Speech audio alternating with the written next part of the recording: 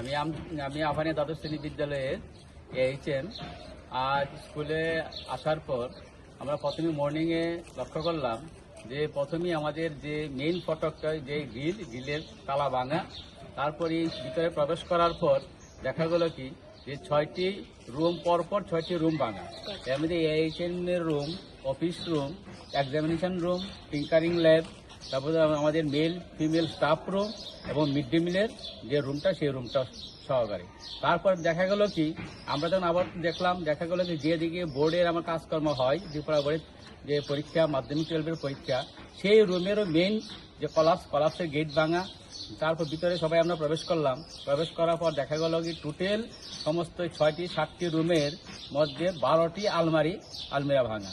আলমিরা ভাঙা। তারপরে সিসিটিভি অফ। সিসিটিভির মধ্যে দেখা গেল কি যখন আমরা টাওয়ালটা এখানে সরানো হলো, দেখা গেল কি নিচে ছিল ডিবিআরটে তারা কেটে নিয়ে গেছে। এবার কি করেছে, রাত্রিতে করেছিল, গতদিন পরীক্ষা ছিল মাধ্যমিক এবং 12-এর মধ্যে, সেখানে গতদিন পরীক্ষা ছিল, সেই রাত্রিবেলায় হয়েছে।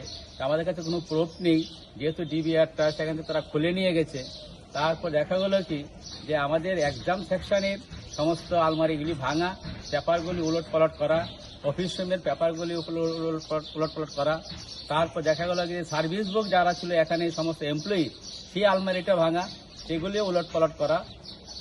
আর দেখা গেল কি যে আমার যে এইচএম রুমের যে আমাদের যে মেইন আলমারিটা, সেই আলমারিটাও ভাঙা, সেই আলমারিটা খোলা, কিন্তু সেখানে আমাদের যে কোনো কিছু সেখানে আমাদের মিসিং হয়নি।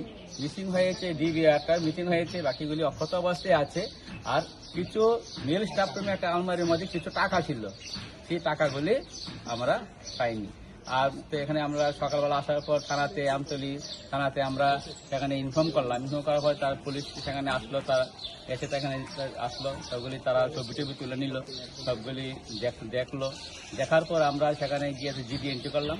জিডি এন্ট্রি নেওয়ার পর আমরা সেই জিডি এন্ট্রি কপি সহকারে, এবং আমাদের যে নাইট গার্ড ছিল, সেই নাইট গার্ডের গতকালকে সে অ্যাবসেন্ট ছিল, তার মেডিকেল সে 2 দিন মেডিকেল নিয়েছিল, সেই নাইট গার্ডের যে মেডিকেলের কপি সহকারে আমরা যে ডিস্ট্রিক্ট এডুকেশন অফিসারের সঙ্গে ফোনে যোগাযোগ করলাম, সেই অফিসে যোগাযোগ করে সেখানে আমরা কাগজ পাঠিয়েছি। এই পর্যন্ত আমরা এখন পর্যন্ত আছি। আর দরজাগুলি সেখানে যেগুলো ভাঙা হয়েছে সেগুলি রিপেয়ারের জন্য এখন তো আমরা চেষ্টা করছি। আর আলমারিগুলিতে এখন ভাঙা অবস্থায় আছে, এখন দরজাগুলি এখন আপাতত রিপেয়ারিং করছি। আর বাকিগুলি দেখা যাক আগামী দিনে ওয়ার্কিং যেতে কী করা যায়।